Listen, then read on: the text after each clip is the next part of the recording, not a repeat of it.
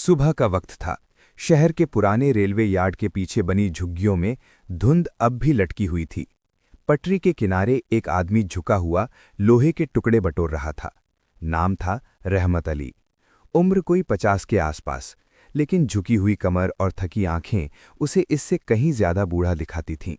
रहमत कभी शिक्षक था, सरकारी स्कूल में हिंदी पढ़ाता था, लेकिन एक झूठे आरोप ने उसकी नौकरी, इज्जत और आवाज सब छीन लिया। निलंबन के बाद मुकदमा चला, फिर बरसों की तारीखें। अंत में वो बरी तो हो गया, मगर तब तक स्कूल बंद हो चुका था और उसकी फाइल धूल बन चुकी थी।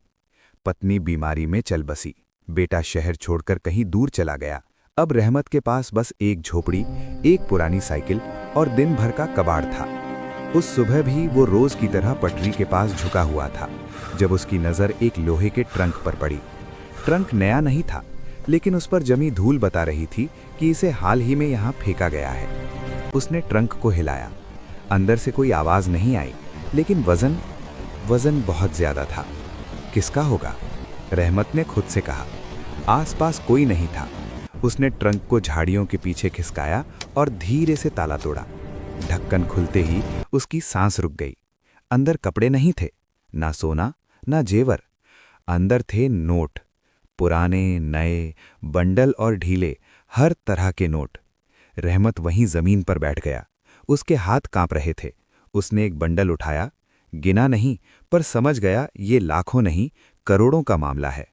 उसकी आंखों के सामने जिंदगी घूम गई। इलाज, सम्मान, घर, सब कुछ। लेकिन उसी पल उसके भीतर का पुराना शिक्षक जाग गया। ये पैसा मेरा नहीं है, उसने धीमे से कहा। ट्रंक बंद किया, उसे अपनी झोपड़ी में ले आया, दरवाज़ा अंदर से बंद किया। उस रात रहमत सो नहीं पाया।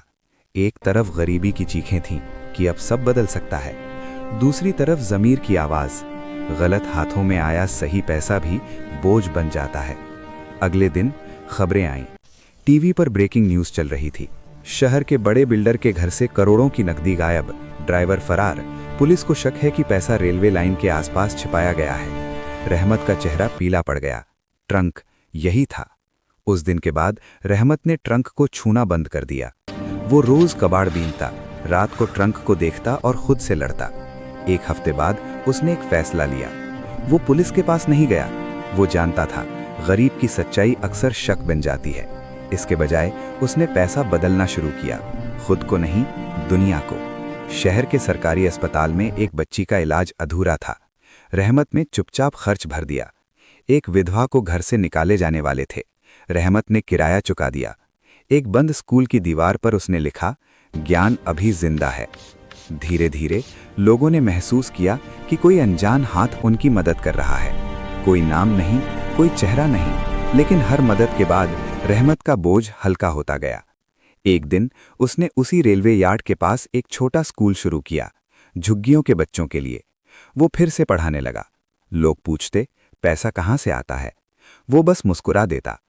किस्मत ने एक मौका दिया है। जब ट्रंक लगभग खाली हो गया, रहमत ने आखिरी बार उसे खोला। अब उसमें बस कुछ नोट और बहुत सारी खामोशी थी। उस रात उसने ट्रंक वापस रेलवे लाइन के पास छोड़ दिया, खाली। सुबह जब वो स्कूल पहुंचा तो देखा बच्चे उसका इंतजार कर रहे थे। उसकी आंखें भर आईं।